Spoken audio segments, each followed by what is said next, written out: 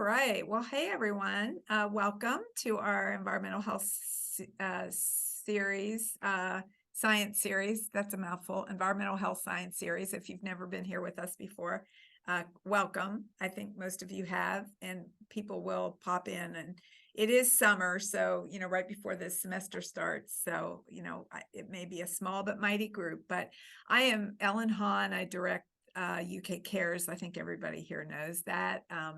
Kara is behind the scenes, and she will put some links into the chat to remind you of what's happening. Lots is going on with UK Cares, and many of you were at our town hall a week or so ago, and lots going on. But last July, when we had our annual meeting for the Environmental Health Science Core Centers, I had the pleasure of meeting Carina Gronlund. I guess hopefully I'm saying that right, and hearing her speak. And it was a great presentation, and I'm so excited. Many of you know that UK Cares has an emerging threats theme, and many of us have been doing disaster resilience research and climate and health work for a while now, for the last year. So I think this fits right into what we're doing. So Dr. Carina Gronlund is a research assistant professor at the Institute for Social Research at the Social, Environment, and Health Program at the University of Michigan. Carina is an environmental epidemiologist with funding from EHS and the National Science Foundation. And so with her community and government partners, she studies how social, economic, health, and the built environment characteristics and air quality affect vulnerability to extreme heat, extreme precipitation, and pollen. Her goal is to help communities understand how to adapt to heat waves, higher pollen rates, and heavy rainfall as the climate changes. So, Carina, I'm excited to turn it over to you, and just want to remind everybody to go ahead and put your questions in the chat, and when Carina is finished, we will take questions. Thank you. All right, thank you, Ellen, and thank you for inviting me to speak on this. I hope I was telling Ellen earlier, the focus of my research has been more in urban areas, but I think that there's a lot of overlap in these issues with rural communities, but probably also some important differences. So just to tell you a little bit more about myself and my research approach, since my MPH, I've studied the separate and combined health effects of climate change and air pollution using a variety of research techniques, including merging large administrative data to publicly available exposures, like temperature and precipitation, to surveys, to exposure health impact assessment modeling, to qualitative data collection and analysis. And in spending many years at Michigan, I've formed partnerships with community leaders and government officials. And the research questions that I undertake come from these partnerships. So in this talk, I plan to talk about a lot of things. First, who is vulnerable to climate change? Housing, extreme heat, extreme precipitation, wildfire, and pollen vulnerability. I also want to talk about the concept of energy justice and give an example of that in Detroit. And then I want to talk about the triple win: climate change, adaptation, and mitigation, and energy justice via improvements to housing. And I also want to spend some time talking about research needs and approaches to study housing, climate change, and health. So the effects of climate and climate change are location specific. Between 2030 and 2050, climate change is expected to cause approximately 250,000 additional deaths per year. And that includes deaths related to malnutrition, malaria, diarrhea, and heat stress. And that number is from the World Health Organization. And the direct damage costs to health, so this excludes costs in health determining sectors like agriculture and water sanitation. So that's estimated to be between $2 and $4 billion by 2030. These effects are location dependent. So of course, coastal regions are at greater risk to hurricanes and flooding, as we've seen very recently. Many regions in the United States, as well as in Australia, are especially vulnerable to wildfire and the air pollution and social disruptions caused by those. Pretty much everywhere is vulnerable to heat waves, and many regions are also vulnerable to drought, which can lead to food insecurity and water scarcity. The Arctic has some unique challenges in terms of melting of permafrost and sea ice, which can contribute to injuries, as well as need to relocate, and changes in food supply and food insecurity. One of the best studied consequences of climate change and global warming are the direct effects of heat on human health, but not all cities experience temperature equally. The heat mortality association is generally stronger at more northern latitudes. These graphs are from a multi-city study of over 300 cities worldwide. I didn't participate in this study, but I cited a lot. These are graphs of the association between temperature, both hot and cold temperatures, and all natural cause mortality. So this excludes deaths due to injuries or illnesses, but it does include deaths that are coded as being due to cardiovascular or respiratory or renal or other natural causes. So it's not just the heat stroke deaths. The x-axis in these graphs is temperature in degrees Celsius, and it also shows the distributions of those temperatures in that particular climate. And then the y-axis is the risk of mortality for a given temperature relative to the risk at the 75th percentile of the local temperature.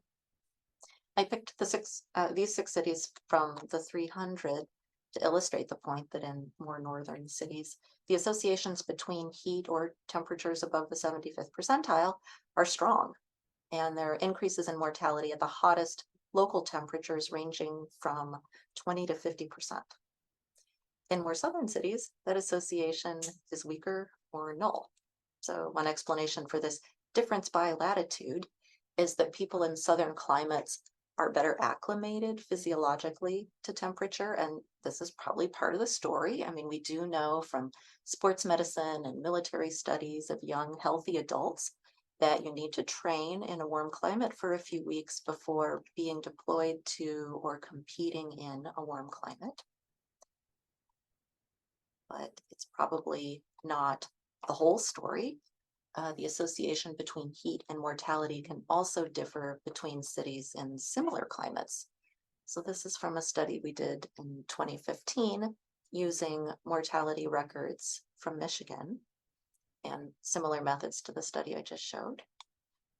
And you can see here that in Detroit, that association between temperature on the x-axis and odds ratio or risk ratio on the y-axis is strong. And it's also strong in Flint.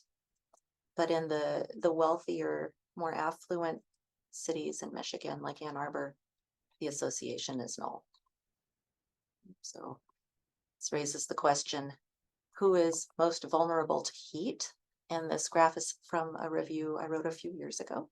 And each box has peer-reviewed literature to back it up, but the causal framework is something I imposed. Many studies find strong disparities in heat-associated health effects by race, ethnicity, or socioeconomic status. But it's important to understand why those disparities exist, in addition to the magnitude of the disparities, in order to understand not only the distal mechanisms to intervene on, like socioeconomic status, but proximate mechanisms like access to cool spaces. So using a classic definition of vulnerability, you can think of heat vulnerability as due to physiologic susceptibility or due to increased exposure.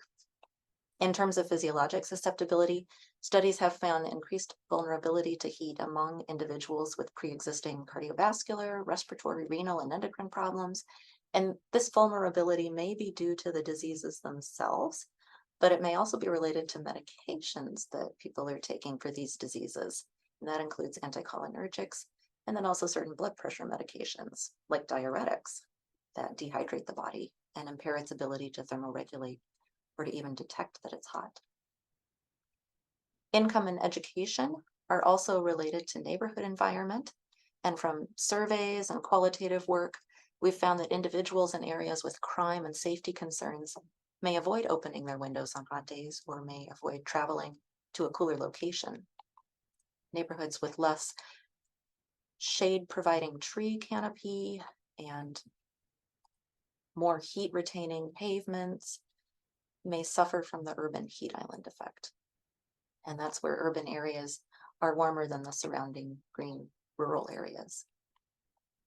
Should also add that recently the issue of redlining or discriminatory bank lending practices as a mechanism by which race contributes to climate change related health disparities has become recognized.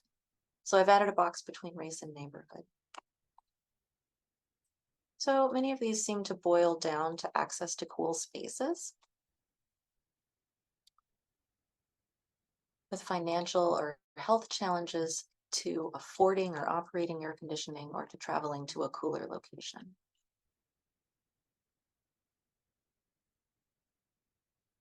So speaking of access to cool spaces, air conditioning information is hard to get. Tax assessors' records contain information that you might see on websites like Trulia or Zillow, but tax assessors don't collect air conditioning information in all municipalities because it seems plausible or likely that individuals without air conditioning in their homes would be strongly affected by that. We decided to attempt to model whether a home has air conditioning using the American Housing Survey for 140 core-based statistical areas in the US. The model was decent. It had a 63% specificity and 91% sensitivity. So we're using it now in our epidemiology studies. This is, if you're interested in having this model where for every parcel in the United States, we assign a probability of having central air conditioning, just email me. We're still in the process of putting it on a website where it will become downloadable and instantly accessible.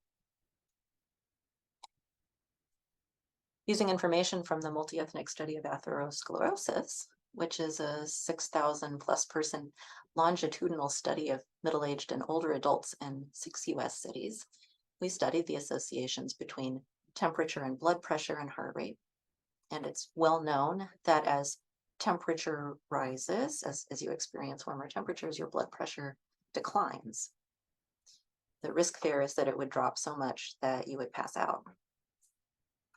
The innovative thing in this study was that we looked at how these blood pressure temperature associations differed depending on neighborhood and housing features. We found that heat-associated decreases in systolic blood pressure were 2.1 millimeters of mercury greater among individuals with central air conditioning versus those without. And so you're like, wow, like air conditioning decreases your blood pressure, which seems like a good thing, except it was actually in the direction opposite to what we hypothesized. We thought that people with air conditioning would actually show higher blood pressures.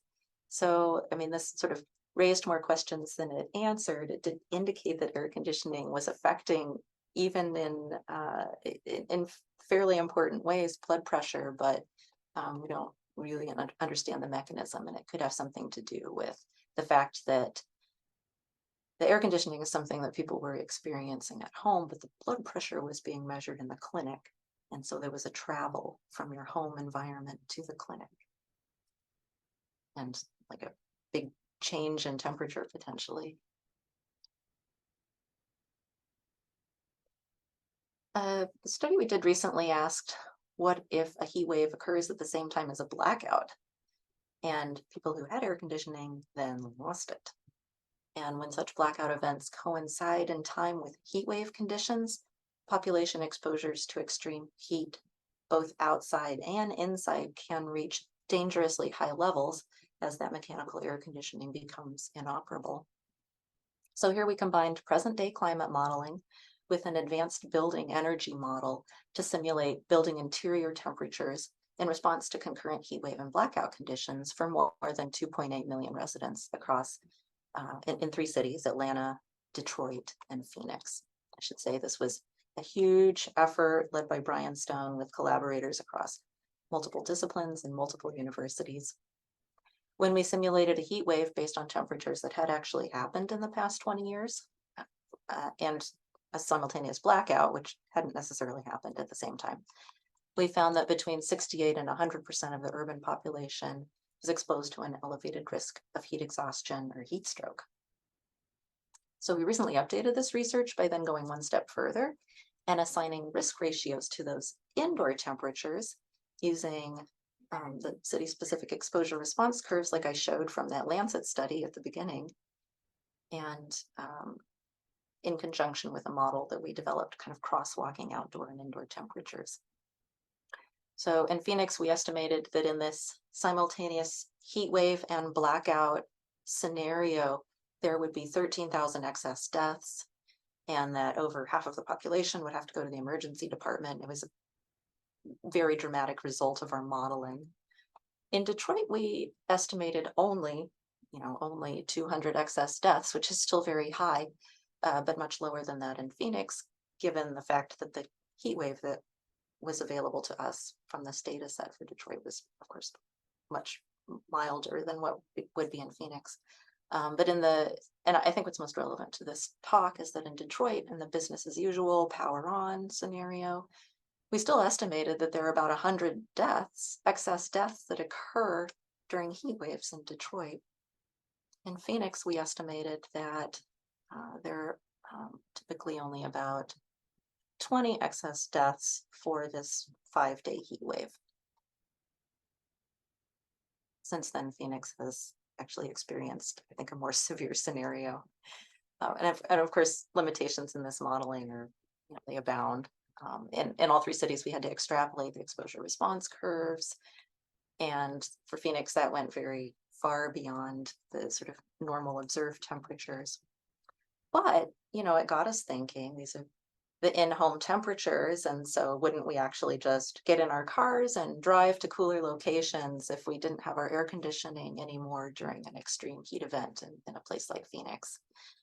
Of course, that depends on having a car, having access to that transportation to someplace far away. And as we learned from, as we've learned from actual, for example, hurricane events, when everyone gets in their cars and gets on the freeway simultaneously, there's gridlock and people are stuck in their cars.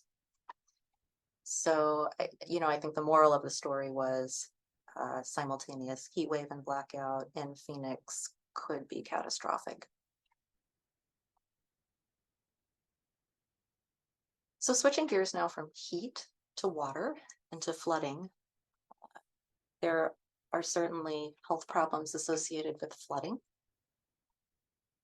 And we've seen this in Detroit several times in the past 5 years. With extreme rain, you get basement flooding, and we've had sewage backups into basements, which can cause respiratory and gastrointestinal and skin infections, asthma and allergy exacerbations, and also furnace and hot water heater damage, which can result in an increased risk of carbon monoxide poisoning as people switch to gas-powered generators to provide that heating. There are also cases of individuals not getting their furnaces or hot water heaters replaced by winter, and so they went through the winter without that furnace and were dependent instead on much less efficient and more dangerous space heaters. There's also, of course, healthcare disruption, storm-related stress and mental health effects, exacerbation of chronic disease, and with flooding, a risk of injury and drowning, particularly electrocution with the basement flooding. A couple years ago, we partnered with the Center for Urban Studies at Wayne State University, and each year for the past several years, they have sent out a huge team of AmeriCorps volunteers to canvass residents door to door in Detroit and pass out information on programs for housing repairs, as well as conduct a brief survey about housing conditions. So basement flooding information was collected from 2016 to 2019, and in that data, 83% of the homes reported some water leaking into the basement. We looked at these data a little bit further and found that 54% of the participants reported basement flooding, But this flooding, and this was the really interesting part for us, this flooding was not just along the Detroit River here. I don't know if you can see my cursor, or along the Rouge River along the west side of the area. But it was also in areas of the city that were not near a body of water. And it turned out that the odds of flooding were higher among renters versus owners, and in homes with poor roof quality and cracks in the basement walls versus homes in good condition. So maps that maps and techniques that predict your risk of basement flooding that are based just on elevation and soil quality, proximity to bodies of water. This is not the whole story. After the paper was peer-reviewed, we gathered together community leaders and advocates and worked together to design a report that discussed our findings, but also placed the findings in the broader context of flooding in Detroit. So we added that basement flooding map, but we also included quotes from study participants interviewed in prior research about personal experiences with flooding. And we also included a page on what to do if your home gets flooded. This report was widely disseminated by community groups and government officials just in time for another major flood event. I think it's a good example of work we can do to make that connection between climate change and longstanding and ongoing healthy homes issues. I want to talk about pollen. Pollen, asthma, and allergies are also a concern with climate change. Climate change can lead to longer pollen seasons, and interestingly, the CO2 can interact directly with the pollen spores to increase their allergenicity. So this increased pollen can increase allergies and asthma episodes, and with that, missed work and school days. And there's some research showing that simultaneous exposure to toxic air pollutants can worsen allergic responses. So patients with pollen allergies are routinely told to avoid exposure, and that's easy to do if you have a safe and effective HVAC system with an efficient air conditioner that filters air. So there's air conditioning again. If we look at one of the most allergenic pollens, ragweed, we can see that with the increase in growing season length and with climate change, the length of the ragweed season has increased 15 to 21 days in the upper Midwest. And these measurements are from the National Allergy Bureau's sparse network of pollen monitoring stations. In fact, it's so sparse that they don't even have a monitor in the state of Michigan anymore. This type of monitoring used by the National Allergy Bureau is very labor intensive. Someone has to count the grains of pollen on the filter each day.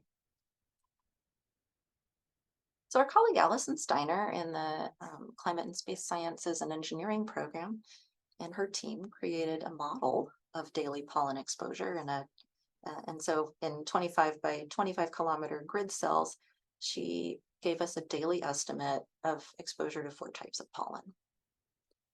And she and her team recently used this model along with projections of temperature, precipitation, and CO2, which is what the model is based on, for particular climate change scenarios to estimate what average annual pollen levels would be in 2081 to 2100.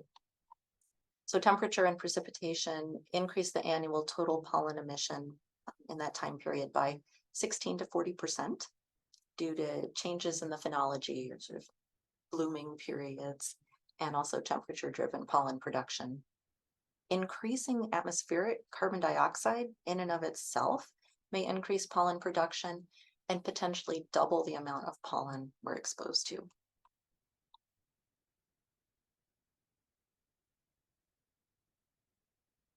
Wildfires have certainly been a problem lately.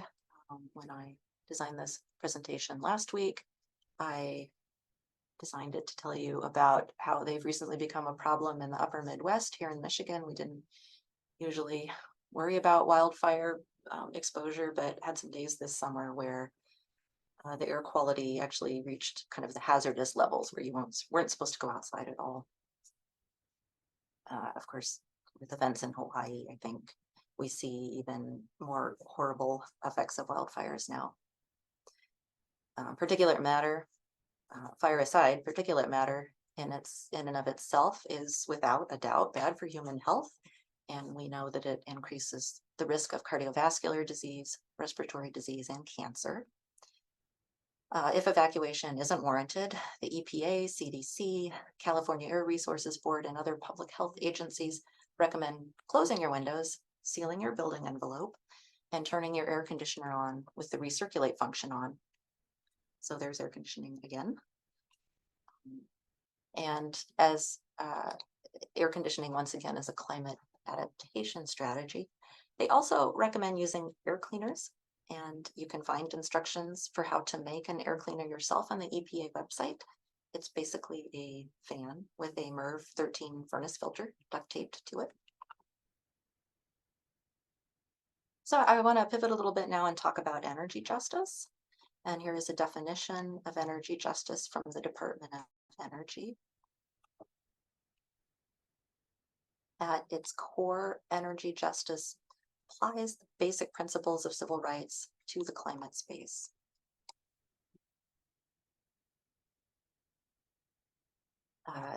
Energy justice issues in the US include the heat or eat dilemma.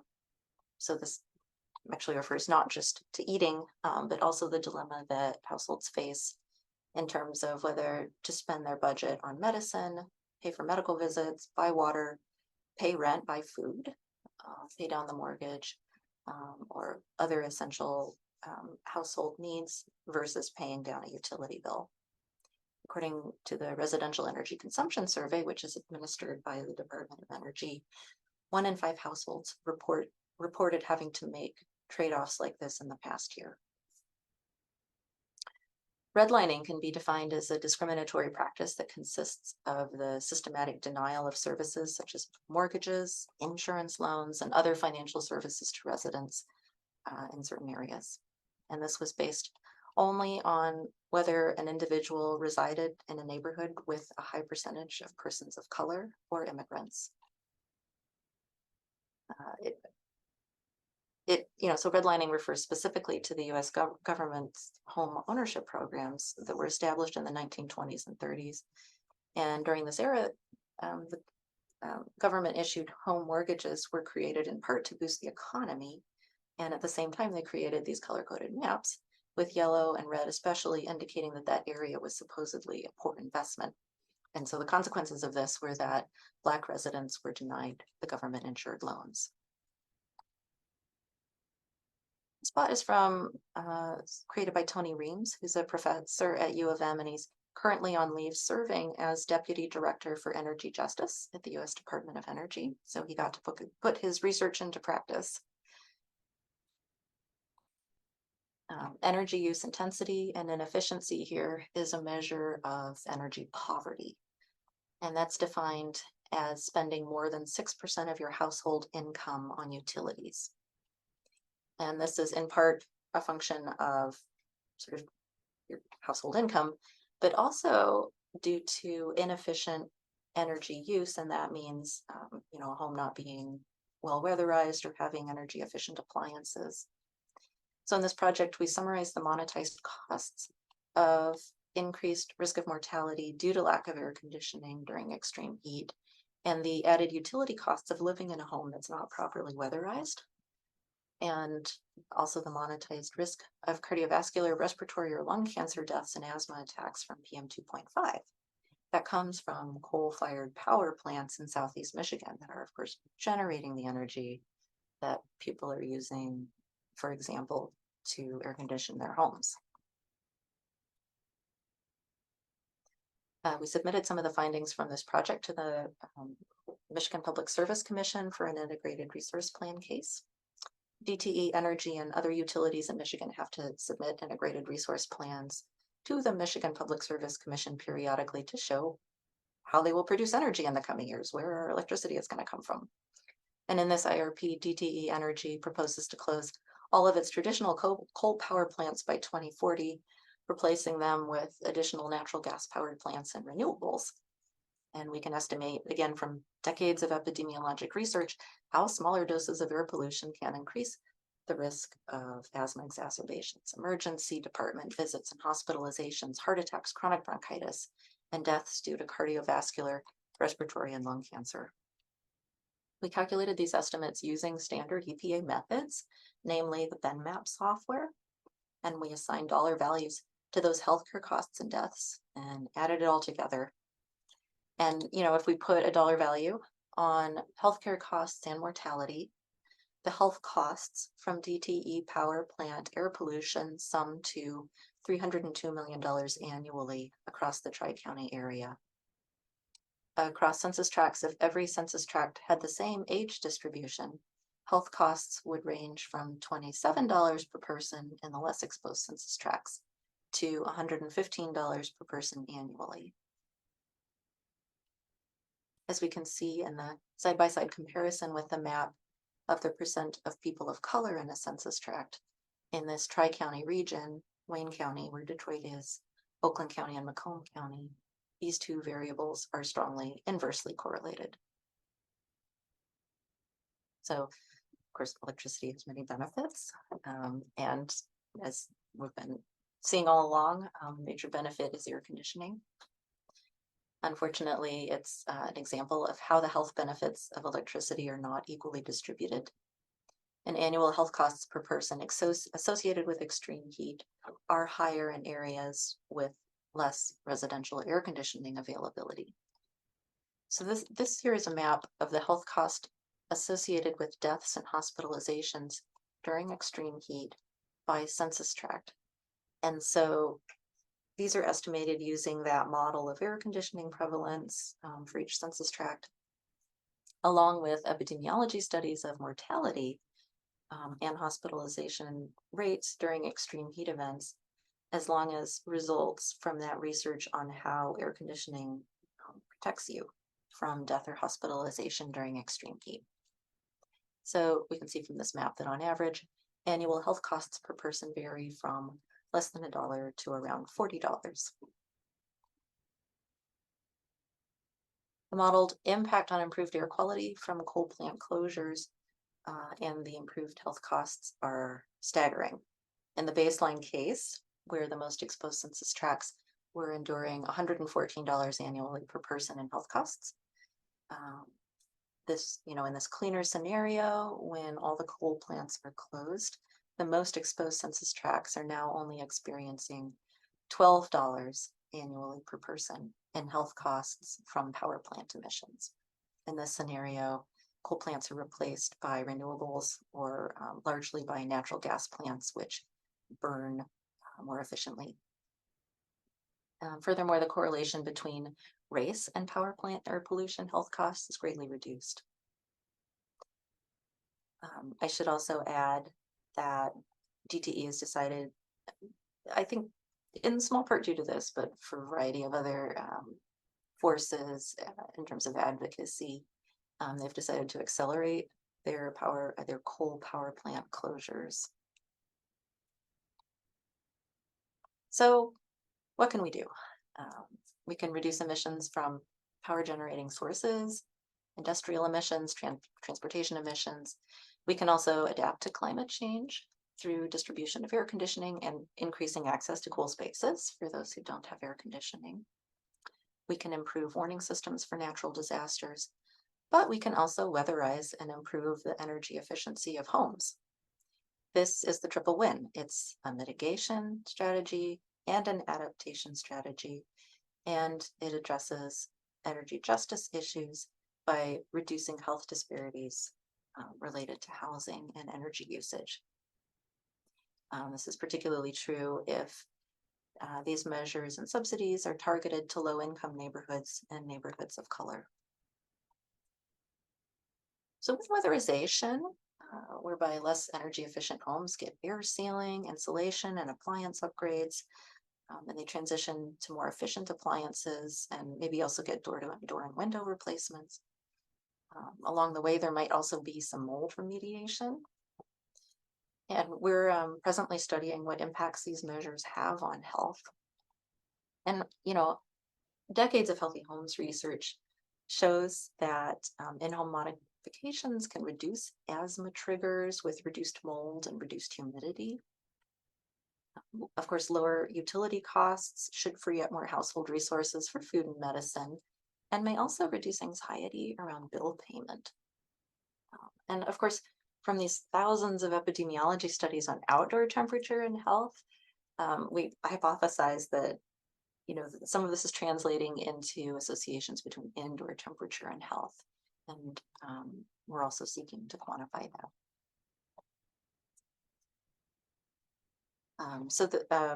In the small study we did, 28 participants agreed to keep a temperature monitor in their bedroom for several months and also respond to 2 to 4 phone calls in which we asked them questions gauging their short-term cognitive function, and specifically we asked them questions about memory and their sleepiness. Within each person, their memory was better if their bedroom temperature the night before was warmer, and sleepiness the next day was reduced if bedroom temperature was warmer, but only up to a certain point. We expected to see that both memory and sleepiness would get worse at very hot temperatures, but it so happened that when we did this study, the participants didn't experience particularly hot temperatures. It was not during a heat wave, so future research is needed. And there's certainly previous research on weatherization health benefits.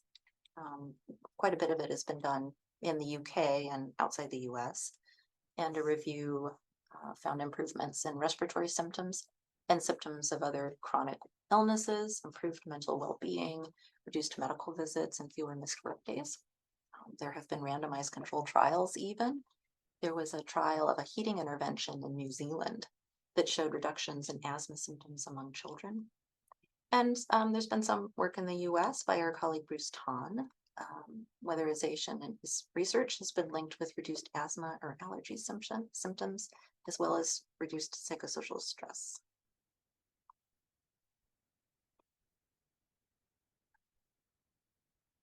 We also suspect that using energy more efficiently would improve air quality. So just sort of using these standard publicly available tools from EPA, ACEEE, which is the American Council for an Energy Efficient Economy, estimated that a fairly ambitious 15% reduction in electricity consumption in a single year would result in $20 billion in savings in health costs and a 14% reduction in CO2 emissions.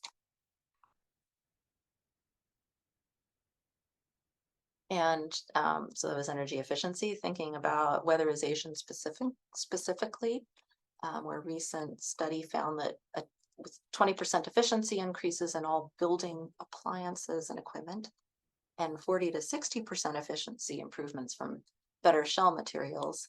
So again, pretty ambitious. We could avoid 2,900 deaths per year in the US.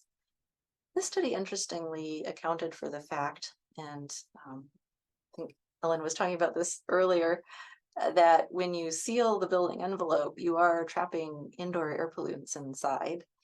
And if it's done correctly, then that effect is minimized, and that can be minimized through the installation of an ERV or ASHRAE fan, as they're called, that retains the energy that you've generated in your air, but literally mechanically moves it in and out of your home. So you're releasing the harmful indoor air pollution and sucking clean filtered air back in.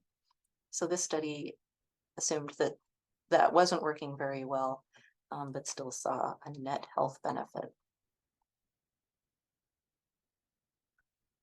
Bruce Tahn has previously estimated what in the energy world are called non-energy impacts.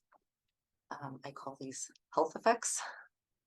He and his team at Oak Ridge National Lab surveyed 665 Weatherization Assistance Program recipients before receiving weatherization, and then surveyed a separate set of participants after receiving weatherization. Then he compared survey responses and monetized them. And he estimated a health savings of $7,800 per unit weatherized.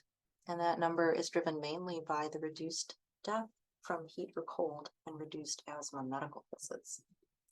with additional assumptions about the cost savings related to improved sleep and medication adherence. This estimate went up to $14,000.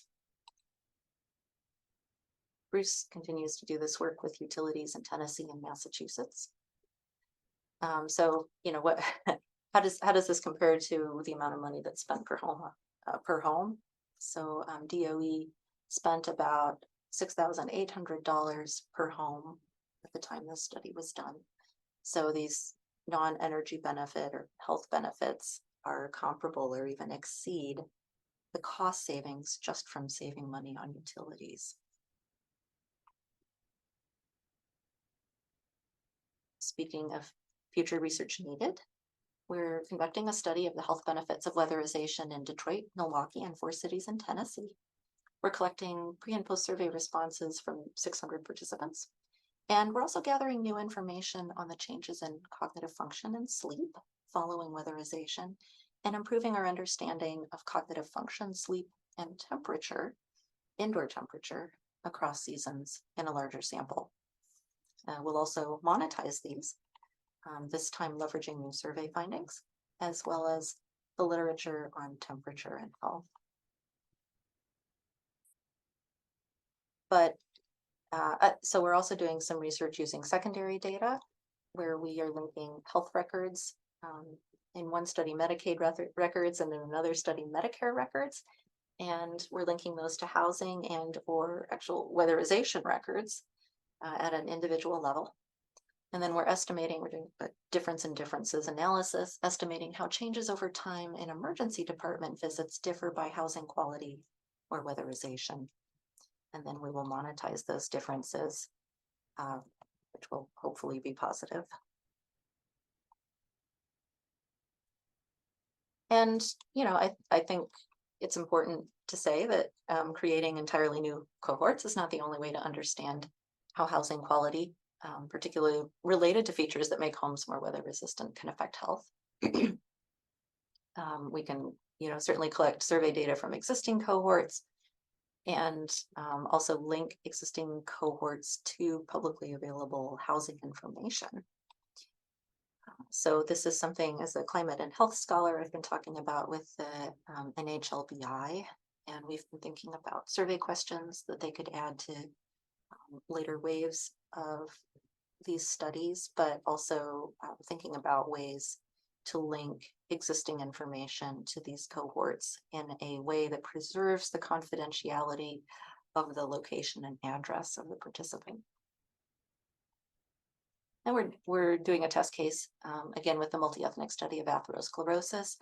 We want to link land cover, land surface temperature, which comes from satellite measurements, to the participants to look at how this very spatially resolved temperature measure is associated with sleep, and how housing characteristics modify that association. So I want to end with this quote, tackling climate change could be the greatest global health opportunity of the 21st century. It creates opportunities to reimagine homes and cities in ways that support and promote health and healthy lifestyles and healthy aging. With respect to housing, climate change can provide a broader framework to address not only these persistent healthy homes issues, such as indoor allergens, VOCs, and particulate and lead, but identify and intervene on the mediators of established outdoor temperature health associations, address energy justice, and reduce health disparities. Given the existing evidence that weatherization can improve health, it's worth performing these upgrades now. We don't need future research to take action on that specifically, but the questions that remain are: how much does it improve health, and how impactful can these improvements be in limiting cognitive decline, improving mental health, and decreasing the risk of developing cardiovascular or respiratory disease? And how can we work with clinicians and urban planners and community organizations to bring healthier, more energy efficient homes to a variety of communities in a changing climate? I want to acknowledge my funders and mentors and the many people who have worked on these projects and informed the research questions.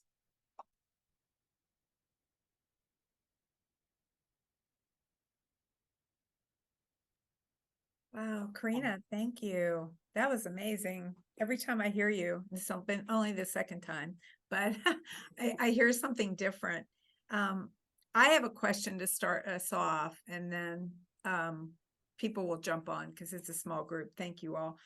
You mentioned that there was a data set or going to be a national data set looking at probability of air conditioning by county or at least region.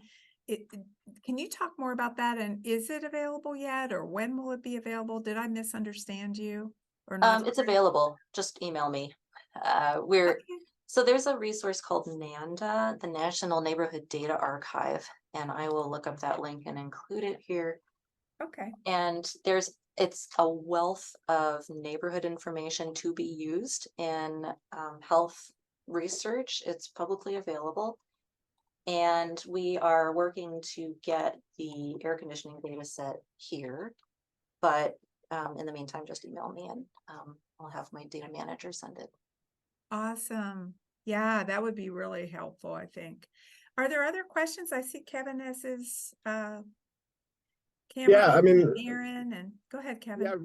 really great talk. I find it fascinating. I mean, I'll apologize. I'm more of a basic scientist and I do some translational work. But I guess when you find these more wide-ranging effects from zip code and these different temperature changes across, bigger populations, have people actually gone in and, for example, I have like a bed heater, right? Like, so my wife hates it hot, so she has it super cold. But I use like a bed heater, and every once in a while I fall asleep with it on H, which is the highest, and I'll wake up and think I'm dead and in hell, but I'm not, right?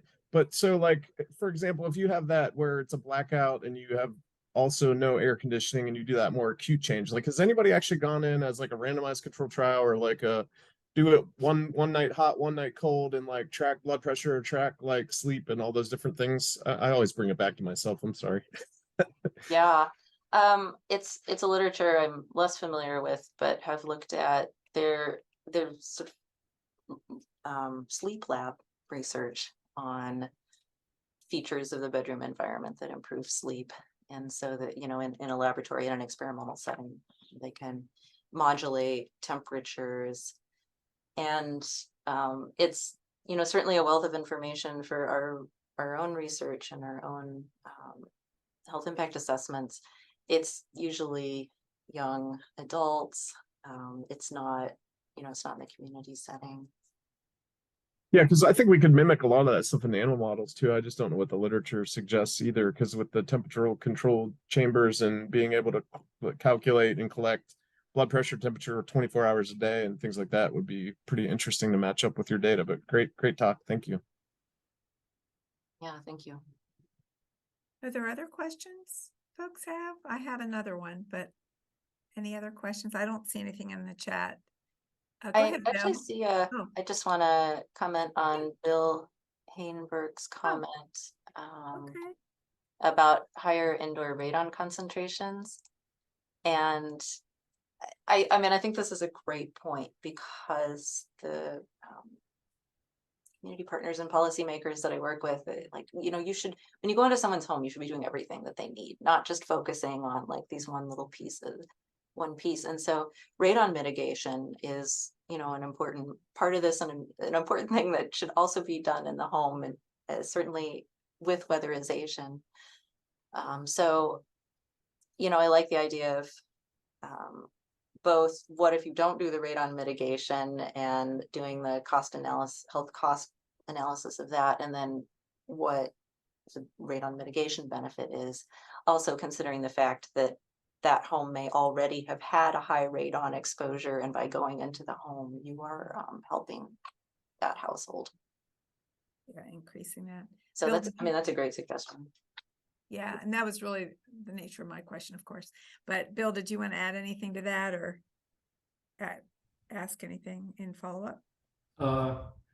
No, I didn't really have anything to add. I just put it in the comments so it would come up. But yeah, I think that's a really good point, that it's easy if we don't take the holistic view to address some problems, and maybe the problems that we know about or more familiar with are easier to fix. And in this case, potentially exacerbate other problems by sealing up a house so tight, where there would be an easy solution if people mitigated for the radon, but if you don't know about it, you just don't do it. Right. Yeah, that's a good point.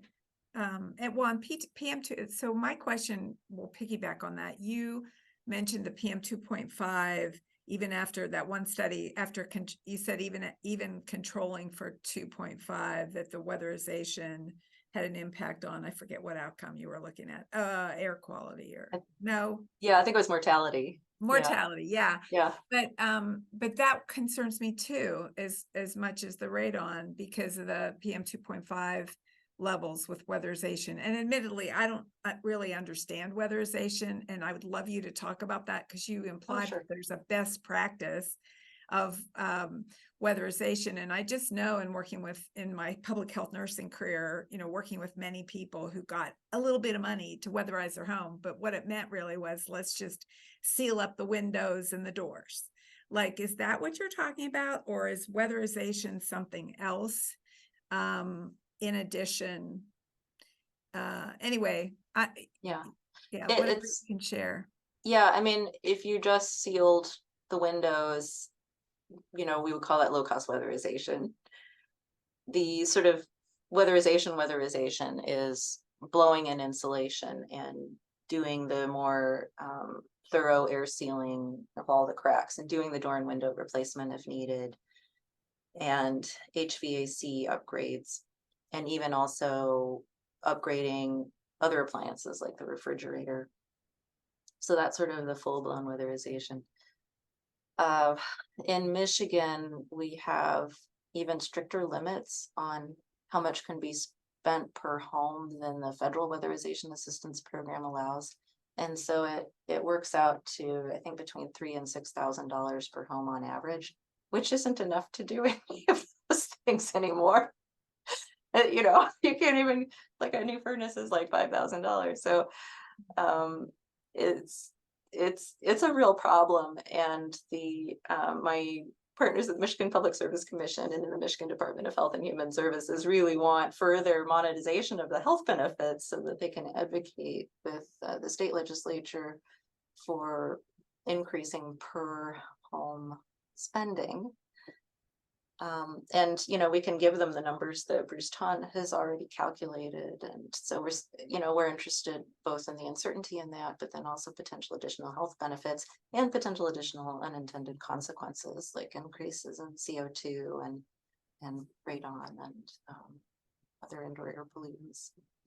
Yeah, it would be great if we could change the policy so that when money is used for weatherization, that they were either required to test for radon, have a smoke-free home. I mean, like, think about that, because I don't think people think about the unintended consequences of weatherization. I guess that's what we're talking about. Yeah. And if you, I mean, I think the studies on this show that if you install that house fan properly, it's like, and what does ERV stand for? Energy reclamation something, but it's a fan in the wall of your house, and it's pulling filtered air in through an air filter and then blowing old air out, and just like continuing that circulation while